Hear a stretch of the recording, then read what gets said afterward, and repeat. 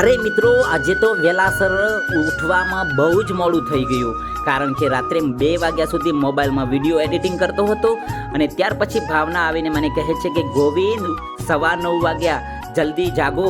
અને ત્યાર પછી હું જાગું છું. જાગીને એમ કહેવાય કે થોડોક મૂળમાં આવું છું. પછી એમ કહેવાય કે બ્રશ કરીને માથું બાથું ઓરાવી અને ભાવના સાથે નાસ્તો કરવા બેસું છું. ચા નાસ્તો ભાવના સાથે કરું છું.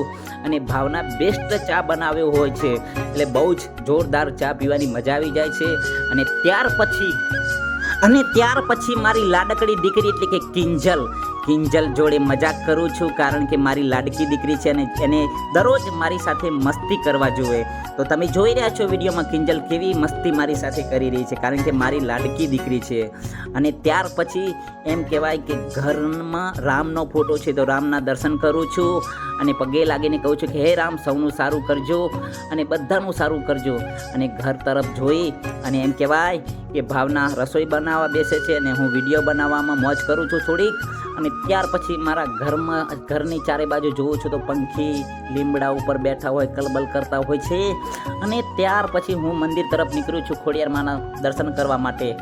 અને એમ કહેવાય કે મંદિરે જાઉં છું અને માતાજીના એમ કહેવાય કે મંદિરમાં જઈને મા ખોડલના દર્શન કરવા જાઉં છું અને માતાજીને પગે લાગું છું અને માતાજીને પ્રાર્થના કરું છું કે હે મા ખોડિયાર, સૌનું સારું કરજે મા.